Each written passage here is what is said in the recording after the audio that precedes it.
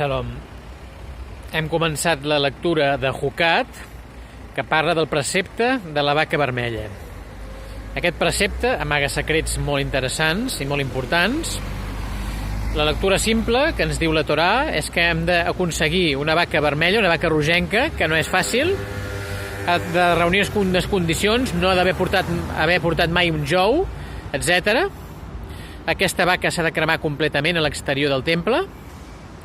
Després, aquestes cendres de la vaca que hem cremat s'han de posar amb aigua de brollador, s'hi ha de posar una branqueta d'hisop i una branqueta de cedre a l'interior, i amb aquesta aigua, amb aquestes cendres, una persona pura ha d'espargir les persones impures per treure'ls l'impuresa de la mort.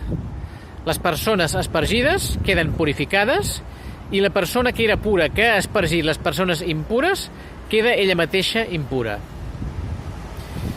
Aquest precepte, aquest estatut, amaga secrets molt profunds, però la lectura simple que en podem fer és que és un precepte que té implicacions sobrenaturals perquè, de fet, elimina la impuresa de la mort, que ella mateix en si, al mateix temps que la mort en si, també, amaga coses sobrenaturals.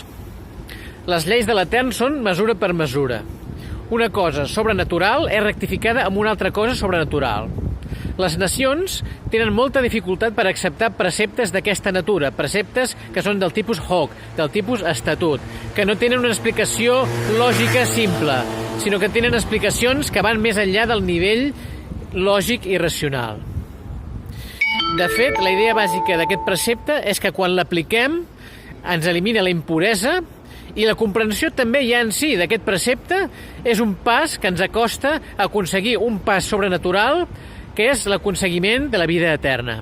Que sigui aviat en els nostres dies. Shalom.